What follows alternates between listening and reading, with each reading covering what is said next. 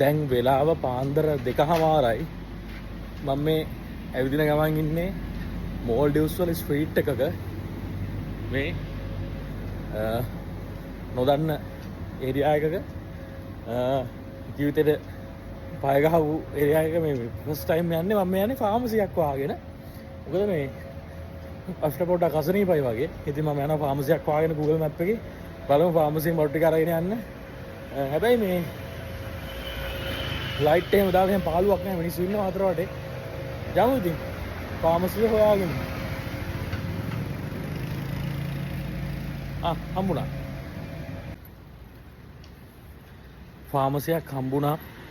ඉතින් මේ ෆාමසියෙන් බෙහෙත් ටිකක් අරන් එන ගමන් මේ මම ගියා මේ 24/7 කඩේකට.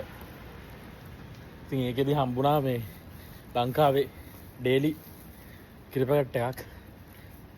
ටයිම් එක බැලුවේ නෑ පාන්දර 2-3 කියලා. අරගෙන කූල් පිටම බිව්වා. මොකද මැලේසියා වල අපිට ලංකාවේ දේවල් නෑනේ.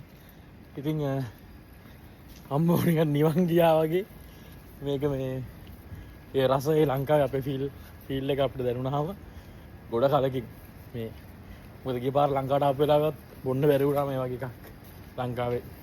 ඔය බොන්න ගියේ නෑනේ, බොන්න බැරි වුණා. අම්මෝ